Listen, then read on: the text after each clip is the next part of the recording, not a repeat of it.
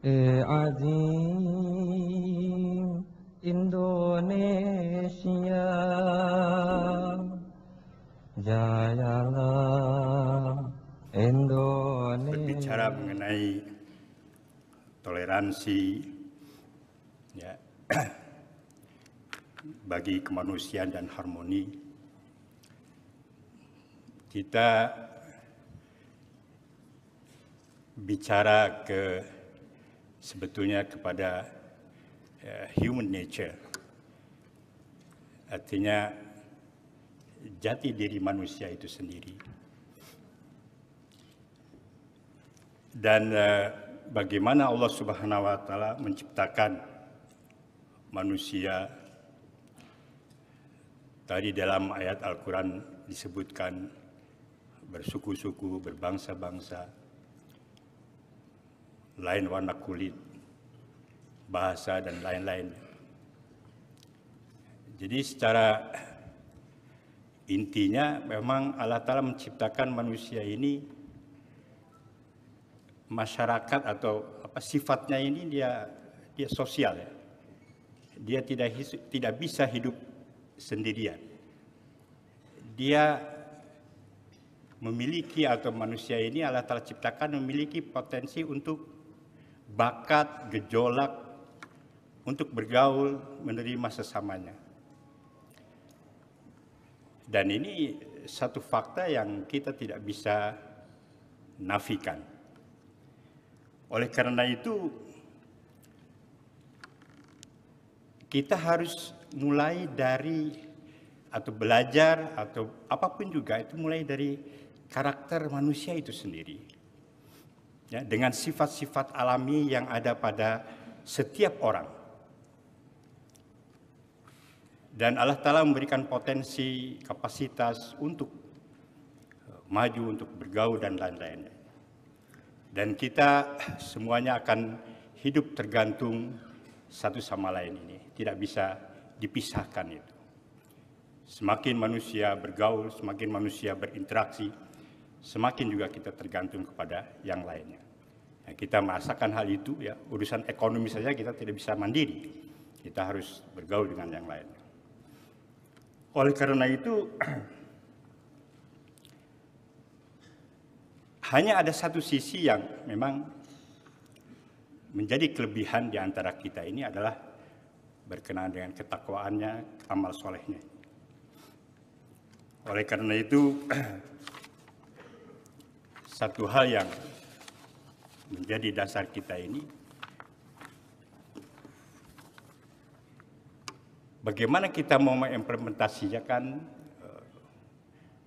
toleransi ini kalau tidak pernah kita belajar dari awal ini.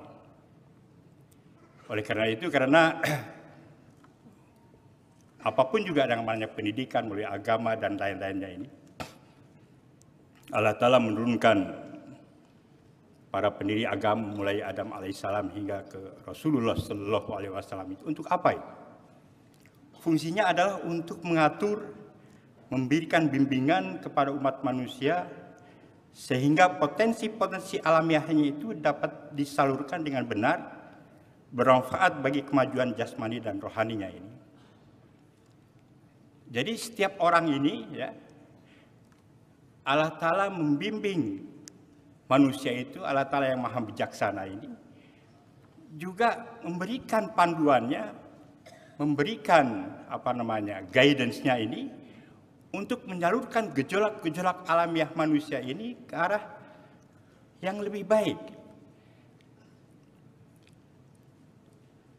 Sehingga kalau tidak, gejolak alamiah itu akan selalu menjurus kepada nafsu amarah. Nanti tidak bisa terkontrol, tidak bisa terkawal, sehingga mengakibatkan keburukan, kerusakan, dan lain-lainnya. Pada dasarnya gejolak alami yang ada dalam manusia ini, dia tidak memberikan nilai positif, tidak juga memberikan nilai negatif. Tapi Allah Ta'ala telah menciptakan itu. Oleh karena itu, misalnya dalam agama Islam atau setiap agama pun pada dasarnya sama, ya, memberikan panduan bagaimana berhubungan dengan Allah Ta'ala dan juga dengan bagaimana pergaulan dengan manusia yang lain. Oleh karena itu dalam Islam ini ada ajaran-ajaran yang sangat mendasar sehingga gejolak-gejolak alami manusia itu dia bisa tersalurkan dengan benar. Mulai dari soal makan, minum, apa yang boleh dimakan, apa yang tidak boleh dimakan. Karena itu memberikan pengaruh kepada jiwa dan juga karakternya nanti. Kemudian soal pergaulan, perkawinan dengan siapa boleh kawin, tidak boleh kawin, mengenai hijab, ya, mengenai cara berjalan, bagaimana cara masuk rumah, ya, mengenai hak warisan, semua yang sangat penting untuk membentuk kemudian society yang beradab lah ya, yang sopan santun, tidak kemudian menjurus kepada sesukanya. Dan ini potensi ini sudah ada di dalam diri setiap masing-masing. Tentu saja potensinya bisa berbeda-beda. Oleh karena itu, ya, teladan yang paling sempurna ini ya adalah junjungan kita Nabi besar Muhammad Sallallahu Alaihi Wasallam. Dalam segala apapun juga aspek kehidupan kita ini, kita bisa mengambil contoh hidup dari beliau itu. Jadi pendeknya, menjadikan orang-orang yang tanpa adab dan tidak mengenal sopan santun supaya menempati martabat akhlak mendasar. Ini tugas daripada agama itu. Dan ini sangat penting sekali, ya. Itulah yang membedakan kita dari makhluk yang lain, terutama binatang. Kita dikatakan hewan natik. Kita ini binatang atau hewan yang bisa bicara.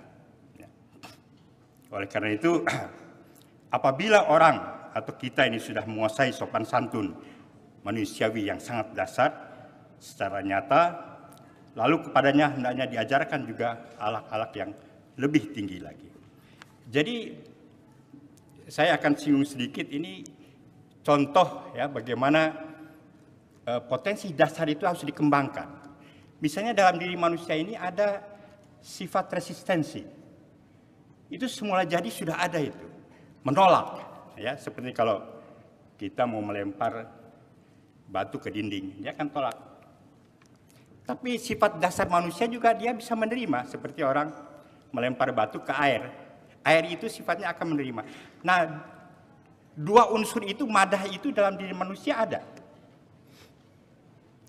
Makanya kalau kita lihat anak-anak bermain, coba saja di mana-mana kalau kita lihat, nggak kenal, nggak apa, kalau anak-anak dia sudah mau dia menerima.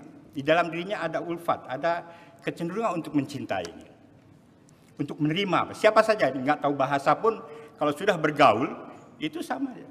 Yang satu ngomong Sunda, satu ngomong Jawa, satu ngomong bahasa Irian, dia tidak ada kesamaan itu. Itu bukan akhlak itu. Itu sifat alami manusia yang memang begitu itu. Lain kali kalau mainannya direbut, dia marah, dia menolak.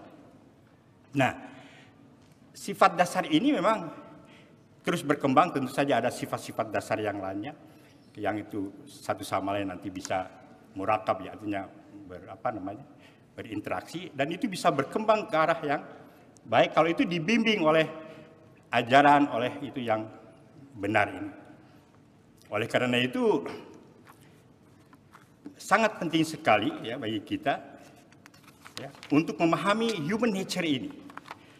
Sifat-sifat misalnya toleran, sifat-sifat agresif itu tidak begitu saja datang, tidak begitu saja timbul. Itu bagaimana pendidikan dini yang sangat penting itu untuk mengarahkan ke arah itu. Nah, ini barangkali yang poin yang harus kita perhatikan, bahwa ya, bagaimana kita ingin diperlakukan dengan benar, tidak mau disakiti, tidak mau dibohongi. Itu nilai-nilai yang ada dalam diri manusia ini.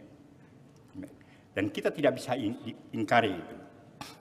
Nah, jadi Islam mengajarkan bagaimana hal itu ya, bersikap adil, jujur, memaafkan, ya, itu semua itu. Kalau ini semua dijalankan, maka akan terbentuk insan-insan yang beradab, santun, tasamuh, penyayang, hormat, dan tidak merendahkan yang lain. Tidak menganggap paling benar sendiri sehingga menghujat dan merusak, apalagi memaksakan kebenarannya dengan tindakan anarkis. semua nilai luhur manusia beradab ini akan kemudian menyebarkan rasa aman, nyaman, toleran. Ini semua terangkum dalam definisi singkat dan padat serta amat elok dari Nabi Muhammad Sallallahu Alaihi Wasallam. Jadi yang jelas bahwa seperti saya tadi misalkan, ya, kalau bakat-bakat alamiah ini tidak disalurkan dengan benar, maka akan menjadi negatif bagi dirinya. Ya. Jadi sebetulnya siapa yang akan mengimplementasikan ini adalah mulai dari diri kita. Ya. Mulai dari kita sendiri, baru kemudian kepada anak-anak kita, keturunan kita, dan ini yang harus diperhatikan.